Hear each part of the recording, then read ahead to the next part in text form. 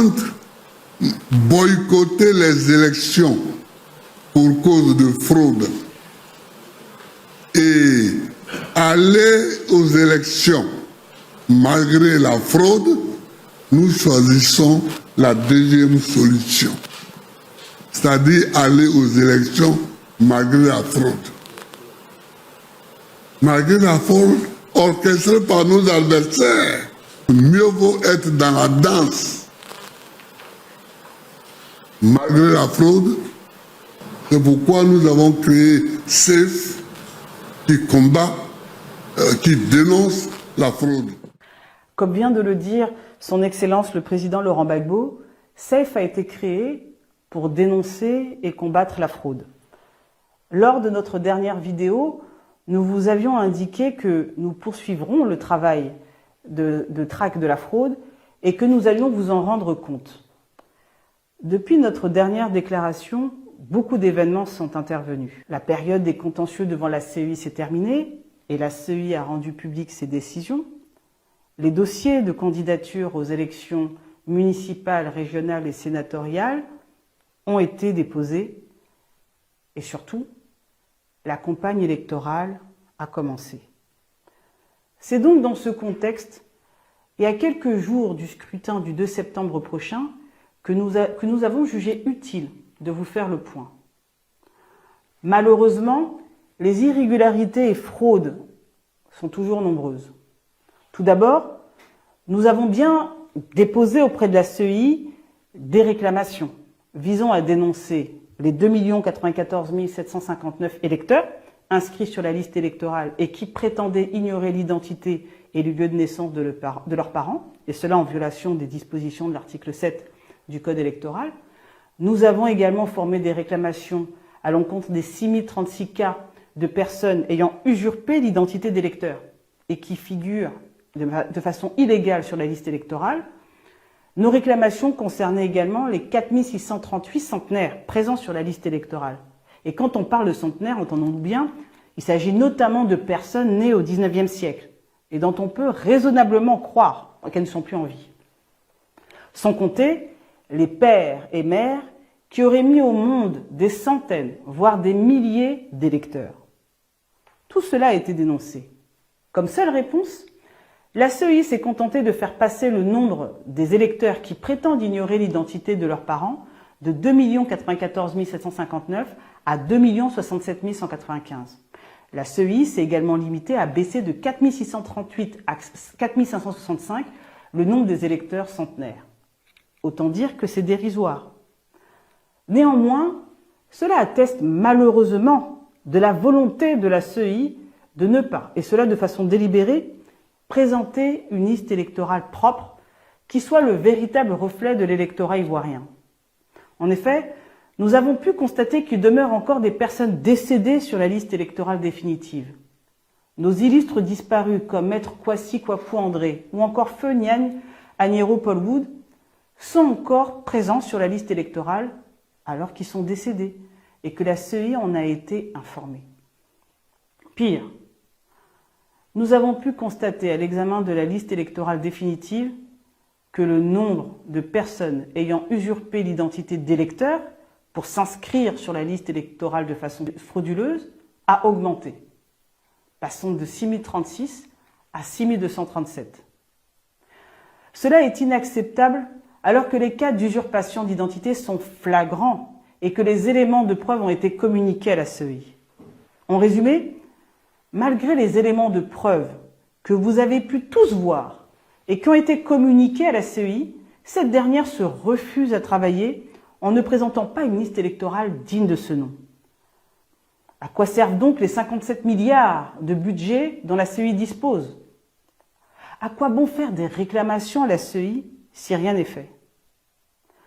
Nous rappelons qu'en vertu des dispositions de l'article 4 de la loi du 9 octobre 2001 portant composition, organisation, attribution et fonctionnement de la CEI, toutes les autorités administratives du pays ont l'obligation de lui transmettre tout document ou renseignement utile à l'accomplissement de sa mission. Pourquoi la CEI ne demande-t-elle pas aux communes de lui transmettre tous les actes de décès? Pourquoi, quand il s'agit d'une personne célèbre, dont le décès est de surcroît de notoriété publique, la CEI ne prend là encore pas attache avec les communes pour solliciter les actes nécessaires à l'accomplissement de sa mission? Vous et nous ne disposons pas des milliards de la CEI. Et elle nous demande non seulement de faire son travail à sa place, mais elle n'en tient même pas compte pour l'édition d'une liste électorale définitive.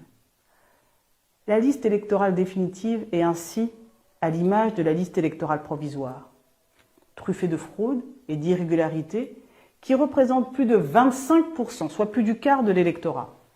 Ainsi, et de par l'ampleur des irrégularités entachant la liste électorale définitive, la sincérité du scrutin est nécessairement entachée. Les dispositions du Code électoral, et notamment l'article 7 qui oblige de préciser l'identité et lieu de naissance des pères et mères des électeurs, est bafouée. Nos constatations ne s'arrêtent malheureusement pas là.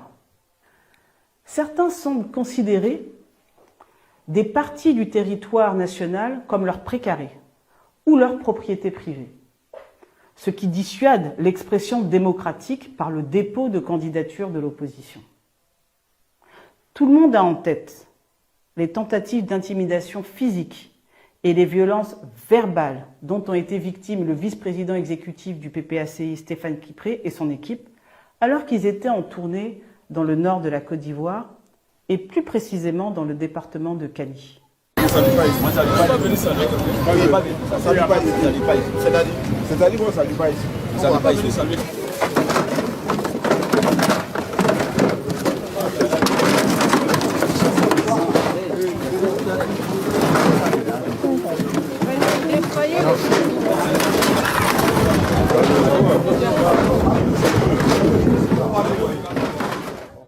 Les violences lors des dernières élections locales ont aussi traumatisé plus d'un Ivoirien.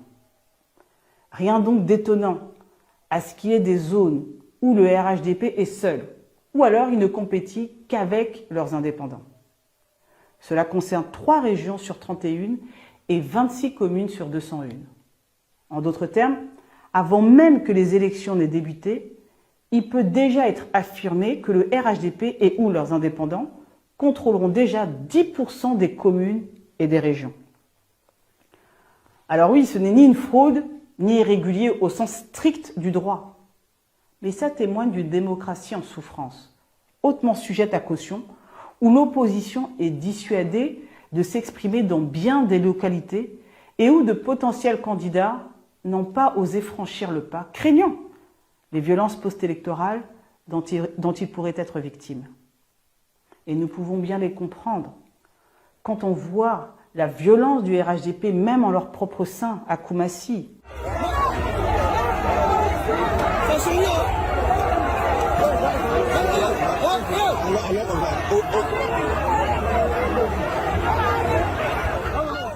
Il nous semblait important d'attirer votre attention là-dessus, pour ne pas que l'on vous fasse croire, à l'occasion de la proclamation des résultats provisoires, que dans ces régions et que dans ces communes, les élections se seraient tenues en présence d'une opposition qui aurait été battue.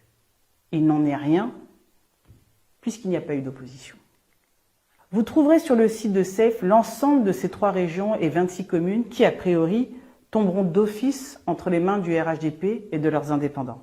Par ailleurs, aussi invraisemblable que cela puisse paraître, nous avons également été informés de ce qu'un candidat de la commune de Yopougon, qui est quand même la plus grande commune de Côte d'Ivoire, envisage de faire casser les urnes dans les bureaux de vote qui seraient favorables à son adversaire.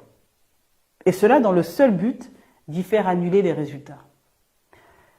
Cela est bien évidemment tout à fait contraire à l'esprit d'une démocratie saine et apaisée. Ce n'est pas tout.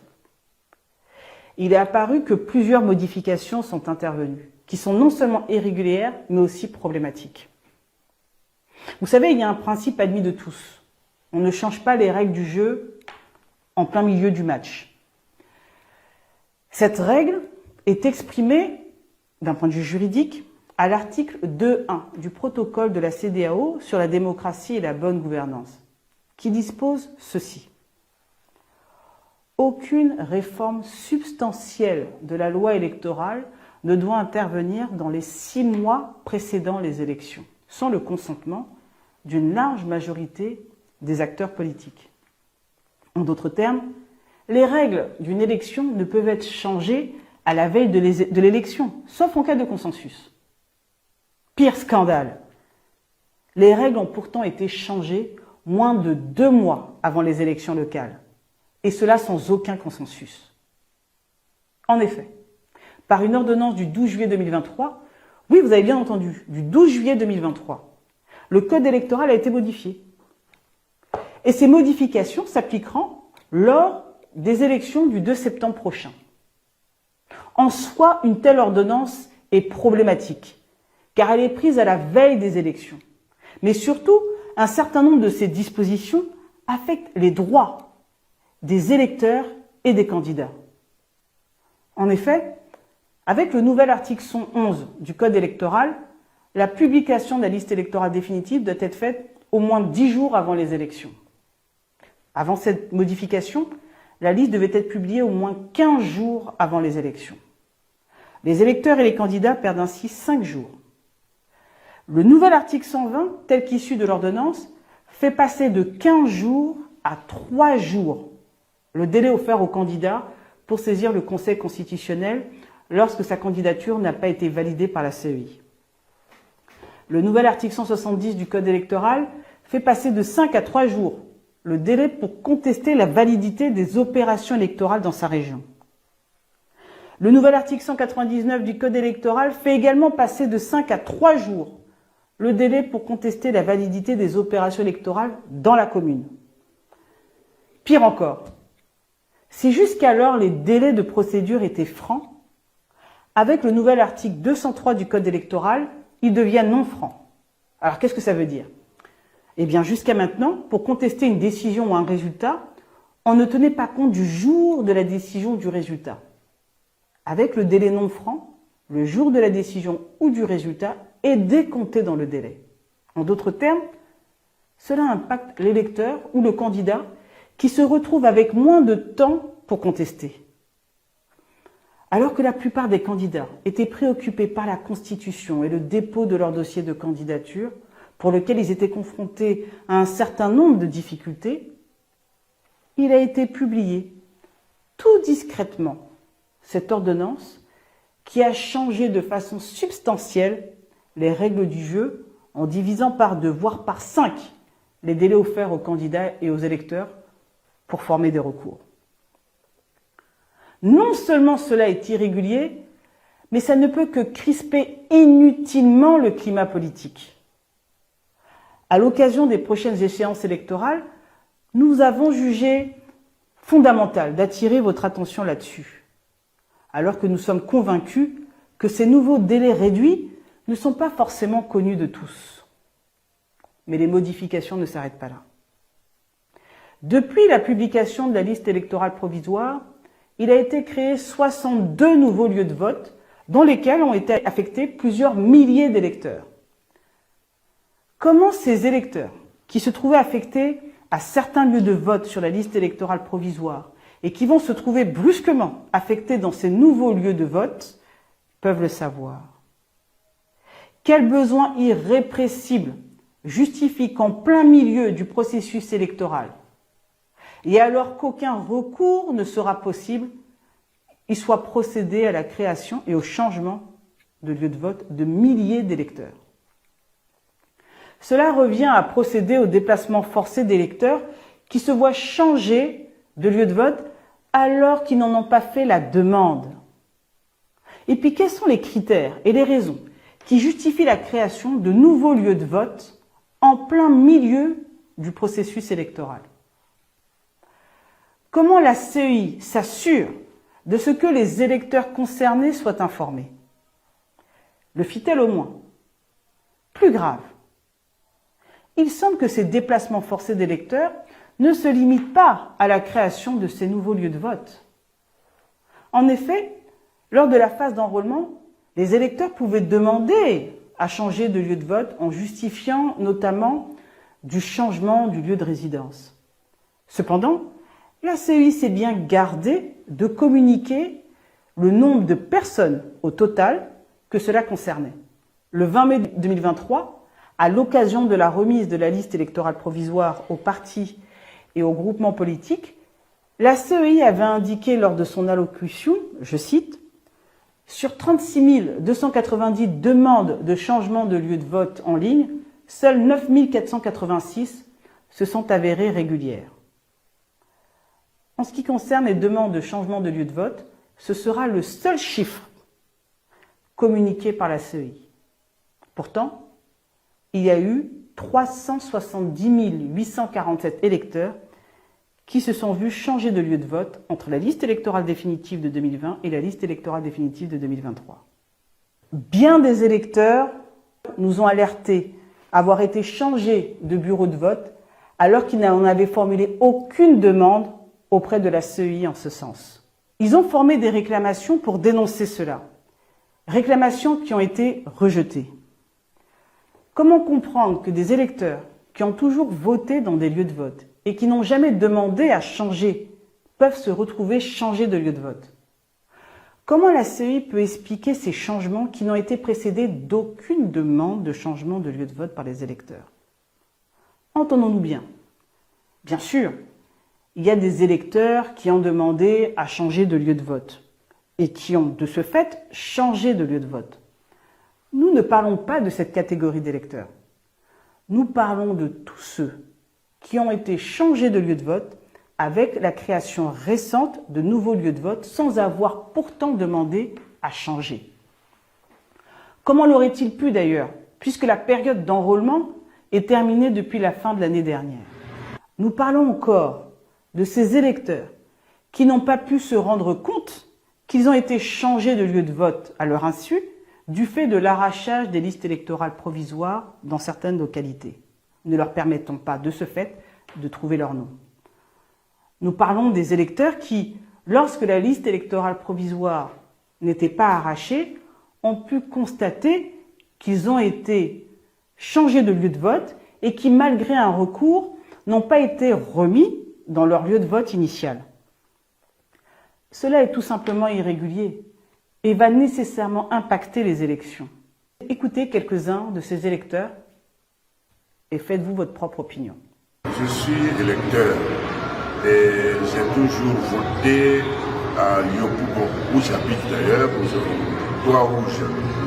J'ai toujours voté donc au collège Oufoumo-Yapo.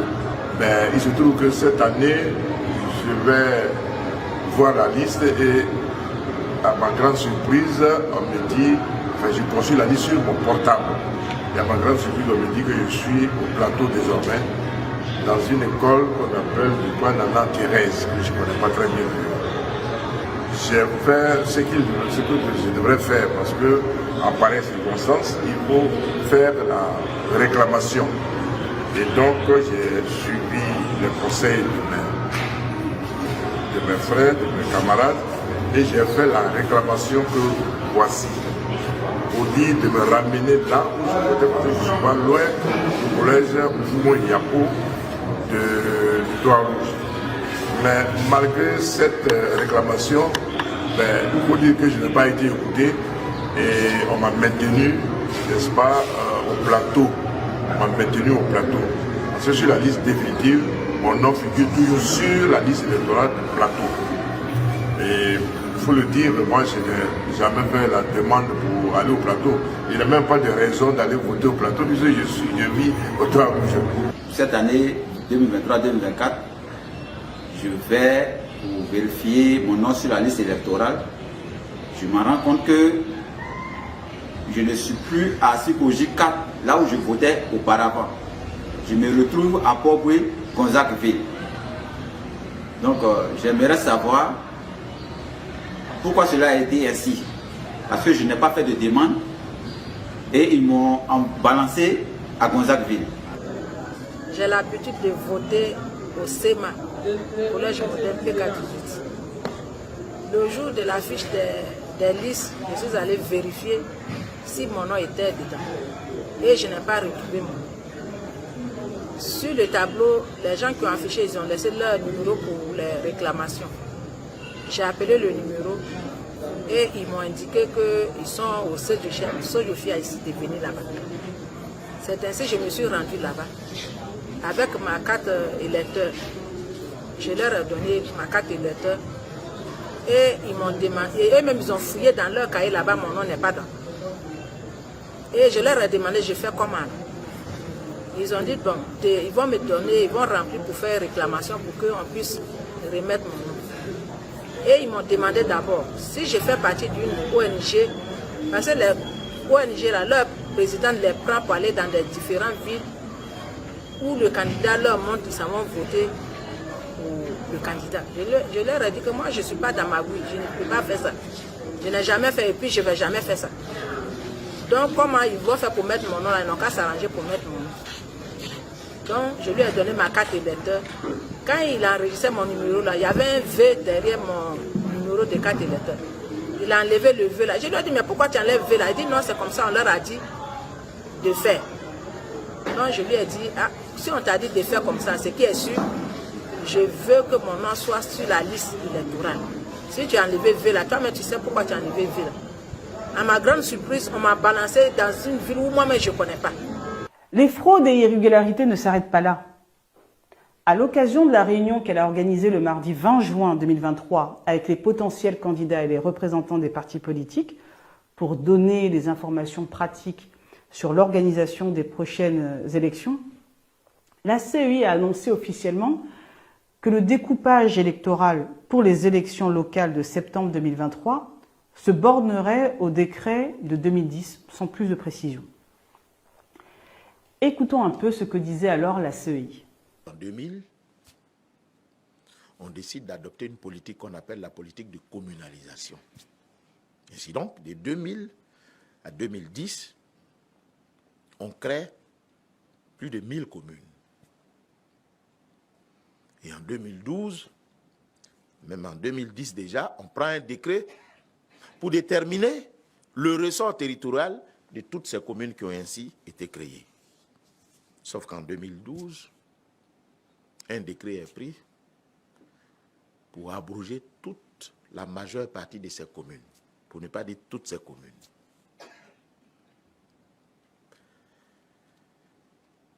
Et puis, il n'y a pas un décret qui vient pour dire le ressort qui avait été déterminé à l'occasion de la création de ces communes est modifié pour retourner dans tel ou tel lieu. Il y a des villages qui étaient rattachés à des communes, mais qui n'ont pas voté dans ces communes. Il y a des villages qui n'étaient pas rattachés à des communes, qui ont voté dans ces communes. Mais le décret n'ayant pas été appliqué, il y avait un consensus, semble-t-il, qui s'était fait autour de cette situation de fait. La commission n'a pas de problème. Tant que vous vous accordez, nous, on rentre dans le schéma que vous nous proposez pour organiser des élections. Alors, on fait une réunion et on décide d'appliquer le décret, puisque le consensus semble être rompu. Parce que c'est le décret qui devrait s'appliquer. Le décret parle du territoire pour dire, M. Adjoumani, ici présent, est une commune qui comprend 10 villages. Voilà le nom des 10 villages. Alors, quand il y a une élection municipale, on va déposer nos urnes où? Dans les 10 villages. Aussi simple que ça. On ne viendra plus nous dire, non, non, non, c'est 10 villages, mais en réalité, c'est 5 villages. Non, non, non, non, non. Si c'est 10 villages, nous, on va aller déposer nos urnes dans les 10 villages et puis on va organiser les élections. C'est ce qui consiste à l'application du décret de 2010. Mais tant qu'il y a un accord, il n'y a pas de problème. Mais quand il y a des désaccords, il y a certains qui disent, mais il y a un décret qui dit que nous, là, on est rattachés à temps. Donc, s'il y a vote dans temps, là, nous, on est intéressés aussi. Dans ce cas, qu'est-ce qu'on fait? On est obligé d'appliquer le décret. Dans l'extrait vidéo que vous venez d'écouter, la CEI parlait du décret numéro 2010-233 du 25 août 2010. Ce décret détermine le ressort territorial des régions, départements, sous-préfectures et communes de Côte d'Ivoire. Par ce décret, toute la Côte d'Ivoire était communalisée par le rattachement des villages aux communes avec lesquelles elles avaient le plus de liens géographiques, tout en tenant compte des spécificités locales. C'est ainsi que dans plus de 1020 communes créées, il a été déterminé leur ressort territorial. Contrairement à ce que dit la CEI, et vérification faite, ce décret n'a jamais été abrogé, de sorte qu'il devait effectivement s'appliquer afin de permettre à tous les Ivoiriens de voter aux élections municipales. Cependant, par un courrier daté du 26 juin 2023, le ministre de l'Intérieur, M. Vagondo Diomandé, a demandé en substance à la CEI de faire autre chose que ce qui était pourtant prévu par le décret du 25 août 2010, prétendant qu'il y aurait eu un consensus avec les partis politiques pour écarter l'application du dit décret. D'abord, contrairement à ce qui est indiqué dans ce courrier, le PPACI n'a jamais été approché par le ministre de l'Intérieur sur ces points, sur les points évoqués. De plus, il est pour le moins surprenant que le ministre de l'Intérieur se croit autorisé, par un simple courrier, à demander à la CEI de ne pas appliquer les dispositions du décret. Pourtant, l'article 3 de la loi du 9 octobre 2001 dispose, je vais citer, « La commission électorale indépendante veille à l'application du code électoral et des textes subséquents, aussi bien par les autorités administratives que par les partis politiques, les membres de la société civile, les candidats et les électeurs. En cas de non-respect par une autorité administrative des dispositions législatives et réglementaires relatives aux élections, la CEI l'invite à s'y conformer. Le cas échéant, la CEI peut saisir les autorités hiérarchiques ou les juridictions compétentes qui statuent sans délai. » Fin de citation. La CEI avait donc l'occasion de faire montre d'indépendance, en rappelant au ministre de l'Intérieur les dispositions légales et en attirant son attention sur le fait qu'il ne pouvait pas lui être demandé de les transgresser. Surtout que ce dernier n'évoque aucune raison d'ordre public et que la loi ne prévoit pas que son application puisse être écartée par un simple consensus politique ou par un simple courrier du ministre de l'Intérieur.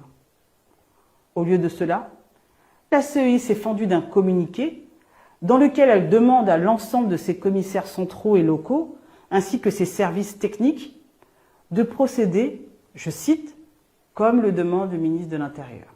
Fin de citation. Ce communiqué de la CEI revient à valider la violation des dispositions du décret du 25 août 2010. De ce fait, la CEI démontre encore sa soumission totale au pouvoir, auprès duquel elle est incapable de rappeler les dispositions légales qui doivent s'appliquer. En effet, le problème qui a découlé du décret du 25 août 2010 ne réside pas dans son application, mais plutôt dans l'incapacité de la CEI à l'appliquer sur toute l'étendue du territoire ivoirien. Il convient de rappeler que l'article 8 du Code électoral dispose qu'il est établi une liste électorale par circonscription administrative, par commune, et le cas échéant par représentation diplomatique ou consulaire.